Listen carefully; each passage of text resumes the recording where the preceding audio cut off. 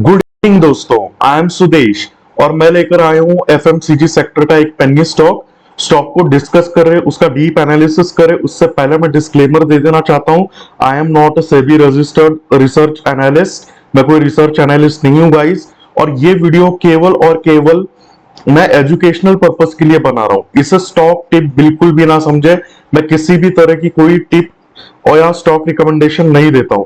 अगर आपको ये स्टॉक पसंद आता है और आप इसमें एंट्री या एग्जिट करना चाहते हैं तो खुद की रिसर्च जरूर करें, अपने फाइनेंशियल एडवाइजर से जरूर कांटेक्ट करें और उसी के बाद ये इस स्टॉक में एंट्री करें। सो दोस्तों चलिए इस स्टॉक का एनालिसिस करते हैं। तो मार्केट कैप इस स्टॉक का जो है वो है 6.5 करोड़, 6.5 करोड़ का इसका जो 6,500 करोड़ का मार्केट कैप है।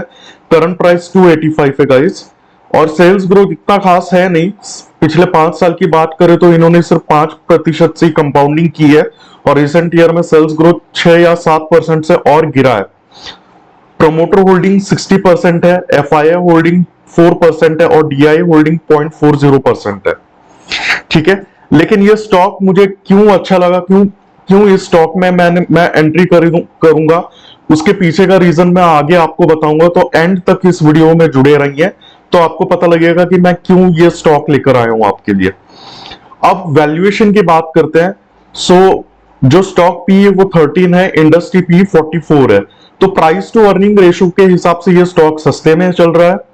बुक वैल्यू की बात करें तो 212 करोड़ की बुक वैल्यू है और करंट प्राइस 285 है। तो बुक वैल्यू से थोड़ा सा ऊपर चल रहा है। बुक वैल्यू के हिसाब से ये थोड़ा सा महंगा है, पर उतना महंगा मैं इसे कंसिडर करूंगा नहीं। इंट्रिंसिक वैल्यू 294 है और करंट प्राइस 285 है। तो इंट्रिंसिक वैल्यू के नीचे ट्रेड कर रहा है, इसीलिए ये सस्ता है। ग्राम नंबर 319 है और करंट प्राइस 285 है। ग्राम नंबर से भी ये काफी नीचे ट्रेड कर रहा है। सो ग्राम नंबर के हिसाब से भी ये स्टॉक काफी सस्ता है। सो ओवरऑल अगर मैं बात करूं तो ये स्टॉक जो है चीप वैल्यू पे मिल रहा है।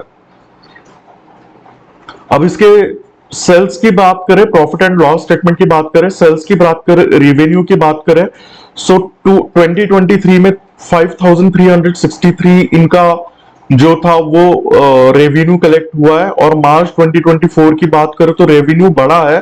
ट्रेलिंग 12 मंथ में ये अभी 5169 के करीब इनका चल रहा है। सो सेल्स रेवेन्यू की बात करें तो रेवेन्यू में ग्रोथ तो है गाइस, ठीक है। एक्सपेंसेस भी इनके कंट्रोल में है, क्योंकि ऑपरेटिंग प्रॉफिट मार्जिन जो है वो 10+% में है, जो कि एक अच्छी बात है। नेट प्रॉफिट की बात करें तो नेट प्रॉफिट भी ग्रोइंग फेज में है। रिसेंटली इनका मार्च 2023 में 701 करोड़ का इनका नेट प्रॉफिट हुआ था, जो गिर करके 596 हुआ है मार्च 2024 में। उसके पीछे का रीजन ये एक्सपेंसेस है। मार्च 2024 में इनका एक्सपेंसेस बढ़ गया था, इस वजह से इनका ऑपरेटिंग प्रॉफिट मार्जिन भी डिक्लाइन हो गया, और इस वजह से इनका नेट प्रॉफिट इनको नहीं मिला इतना। लेकिन ओवरऑल बात करें तो नेट प्रॉफिट ग्रोइंग फेज में है, सेल्स रेवेन्यू ग्रोइंग फेज में है, यानी कि ये जो स्टॉक है इसका टॉप लाइन और बॉटम लाइन दोनों भी ग्रोइंग फेज में।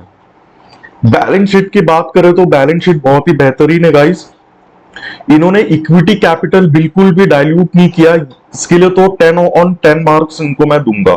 उल्टा अगर आप देखें मार्च 2024 में इन्होंने 24 से जो है इक्विटी कैपिटल 23 किया है। इसका मतलब कंपनी काफी कॉन्फिडेंट है, कंपनी दूसरों के पैसे से ग्रो होना नहीं चाहती है, कंपनी में कॉन्फिडेंट है कि हम अपनी प्रॉफिट से कंपनी को ग्रो कर लेंगे, इसलिए इनका इक्विटी कैपिटल कम हुआ है, जो कि बहुत ही अच्छी चीज है गाइस। रिजर्व्स की बात करें तो रिजर्व्स ग्रोइंग में है, रिजर्व्स के कंपैरिजन में बोरिंग्स नेग्लिजिबल है। अगर 4,835 करोड़ रुपए का अगर इनका रिजर्व है, तो उसके मुकाबले में बोरिंग्स केवल 545 करोड़ की है, जो कि बहुत ही कम है। तो ये कंपनी बैंक तो कभी नहीं होगी, इनके बैलेंस शीट से ये दिखता है। साथ ही साथ अगर हम इनके फिक्स एसेट में बात करें तो फिक्स एसेट में कंपनी लगातार जो है वो अपना कैपिटल बढ़ा रही है, इसका मतलब कंपनी एक्सपांड होना चाहती है।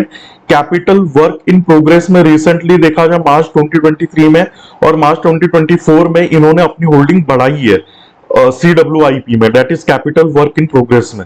सो ये एक अच्छी चीज है कि कंपनी एक्सपांड हो रही है। कैश फ्लो की बात करें तो कैश फ्लो भी इनका कैश जनरेटिंग कंपनी बोल सकते हैं। कैश फ्रॉम ऑपरेटिंग एक्टिविटी की बात करें तो 226 करोड़ इन्होंने रिसेंटली मार्च 2024 में इन्होंने कैश जनरेट किया है।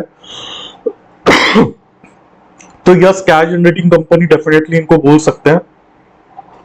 कैश फ्रॉम इन्वेस्टिंग एक्टिविटी की बात करें, सो जैसे अगर आप यहां पे देख रहे हैं इन्होंने -87, इसका मतलब इन्होंने 87 करोड़ का इन्होंने या तो कोई शेयर खरीदा है या फिर इन्होंने कोई बॉन्ड खरीदा है या फिर किसी कंपनी को पैसे दिए उधार पे। सो ये एक अच्छी चीज है जिसके जिसके जिसके बदले में इनको इंटरेस्ट मिलेगा, या फिर अगर स्टॉक है तो स्टॉक के मुकाबले इनको जो है रिटर्न्स मिलेंगे, जो कि काफी अच्छी चीज है। कैश फ्रॉम फाइनेंसिंग एक्टिविटी की बात करें गाइस, सो कंटिन्यूसली नेगेटिव में, इसका मतलब ये जो अपना डेट है उसको रीपे कर रही है, जो कि अच्छी चीज है। सो कैश फ्लो में मुझे कोई गड़बड़ नहीं दिखाई दी गाइस। अगर आपको कैश फ्लो और अच्छे से एनालाइज करने आता है तो आप एनालाइज करके मेरे कमेंट सेक्शन में जरूर कमेंट कीजिए, जिससे कि मैं कैश फ्लो पे और डिस्कशन ला सकूं। शेयर होल्डिंग पैटर्न की बात करें तो इसमें अगर आप ध्यान से देखेंगे, सो प्रमोटर ने अपनी होल्डिंग बढ़ाई है। अगर प्रोमोटर होल्डिंग देखिए जून 2023 में 60% से कम थी, जो कि अभी 60% के ऊपर इन्होंने अपनी होल्डिंग बढ़ाई, जो कि अच्छी चीज है। एफआई की बात करें, फॉरेन इन्वेस्टर्स की बात करें तो इन्होंने भी अपनी होल्डिंग बढ़ाई है। उसके बाद में डीआई की बात करें, डोमेस्टिक इन्वेस्टर्स की बात करें तो इन्होंने भी 0.2% से अपनी होल्डिंग बढ़ाई है। गवर्नमेंट का भी स्टेक इस कंपनी में है, जो कि एक अच्छी चीज है, और पब्लिक के पास 29% की होल्डिंग है। सो शेयर होल्डिंग पैटर्न भी इनका काफी इंप्रेसिव है गाइस। सो आइए इस स्टॉक का नाम जानते हैं। इस स्टॉक का नाम है केआरबीएल लिमिटेड। इनका ये लीडिंग बासमती राइस प्रोड्यूसर है, और साथ ही साथ मैं इनका एक ब्रांड मैं आपको बताता हूं, जो कि है इंडिया गेट, जो कि काफी फेमस ब्रांड है बासमती राइस में। सो इनका थोड़ा बहुत रेशो भी चेक कर लेते हैं। अगर हम प्रॉफिट एंड लॉस स्टेटमेंट पे अगर हम आए, नीचे की तरफ आए, तो आप देखोगे सेल्स ग्रोथ उतनी खास है नहीं, सेल्स ग्रोथ बिल्कुल भी इंप्रेसिव नहीं है। लेकिन ये एक ब्रांड है, इंडिया गेट एक ब्रांड है, तो उस ब्रांड के चलते हम कह सकते हैं कि आने वाले दिनों में इनमें जरूर ग्रोथ हो सकती है। Return on equity double digits में है, जो कि अच्छी चीज है। शेयर होल्डिंग पैटर्न की बात करें तो शेयर होल्डिंग पैटर्न हमने ऑलरेडी डिस्कस किया है। रेशियोज की बात करें तो रिटर्न ऑन कैपिटल एम्प्लॉयड भी डबल डिजिट्स में, जो कि अच्छी चीज है। आइए इनकी वेबसाइट पे चलते हैं गाइस, इनके वेबसाइट पे चलते हैं और साथ ही साथ इनका चार्ट भी देख लेते हैं अभी। So let me open the trading view.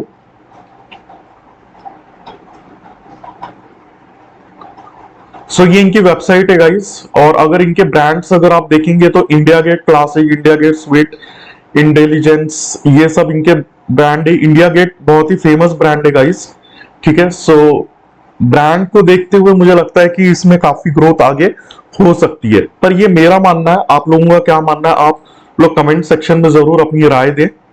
So KRBL,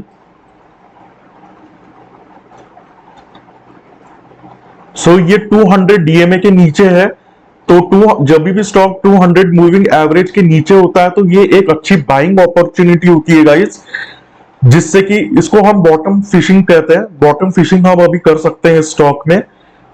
लेकिन ये डाउन ट्रेंड में है, कंटिन्यूसली डाउन ट्रेंड में है, क्योंकि इनके सेल्स उतने अच्छे परफॉर्म कर नहीं रहे, सेल्स ग्रोथ इतनी अच्छी है नहीं। लेकिन जैसा कि मैंने कहा कि ये अपने आप में, इंडिया गेट अपने आप में एक ब्रांड है, तो डेफिनेटली ये जो है ऊपर जाने की संभावना है लॉन्ग टर्म में। तो मैं अगर इसको, इसमें अभी मेरी कोई होल्डिंग नहीं है, लेकिन अगर मैं इसको जब खरीदूंगा तो इसको लॉन्ग टर्म हॉरिजॉन से खरीदूंगा, 5 साल, 10 साल, 20 साल, इस पर्सपेक्टिव से मैं इसको डेफिनेटली खरीदूंगा।